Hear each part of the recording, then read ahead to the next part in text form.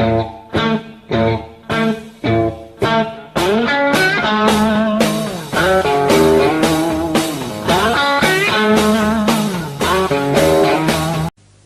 would like now to introduce the 50 singer from New York, Bob Dylan.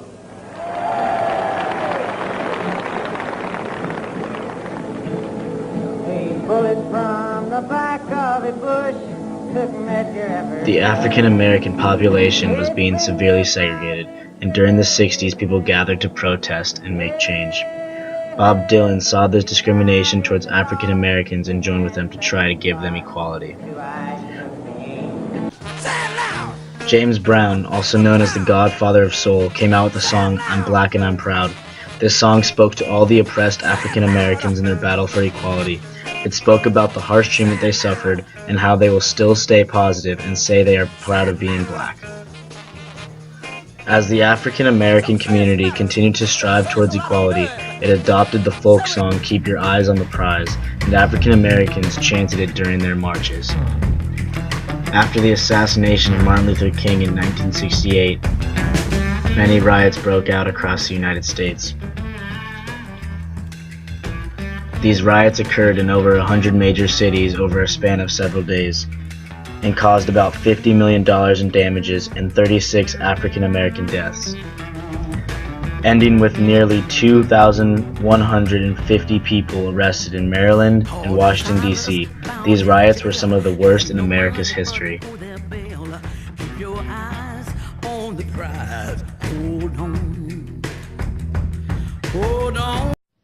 The United States, as the world knows, will never start a war.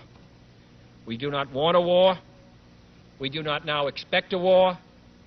This generation of Americans has already had enough, more than enough, of war and hate and oppression.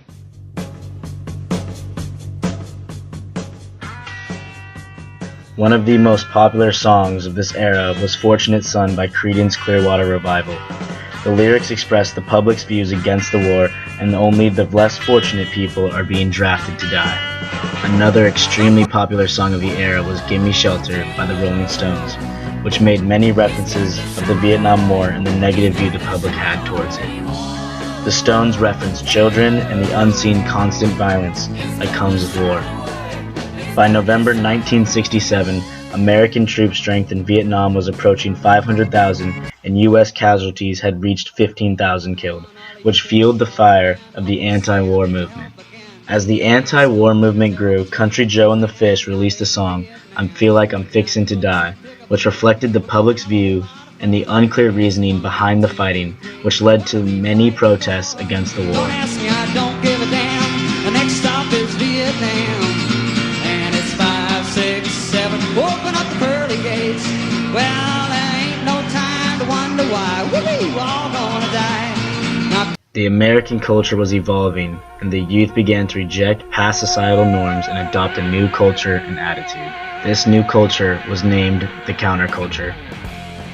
Artists such as Jimi Hendrix became such an icon for the movement because of his fashion, performances, and mainly his music. Music played a vital role in the development of the counterculture. Groups like the Rolling Stones were very popular. With the release of their song Sympathy for the Devil, the Stones reinforced their negative image with bad boy antics and violence in concerts. Another very important group would be the Beatles, who released many popular songs, but the song Tomorrow Never Knows was popular specifically with the counterculture movement. The song contained many different psychedelic phrases, but was describing very bizarre scenes. The lyrics described the world that some see on drugs that were being used.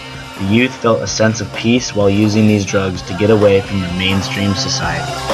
One of the most famous events of the 60s was Woodstock, where Jimi Hendrix played the Star-Spangled Banner on guitar, which added an exclamation point on all the movements that have started demanding change as the 60s came to an end.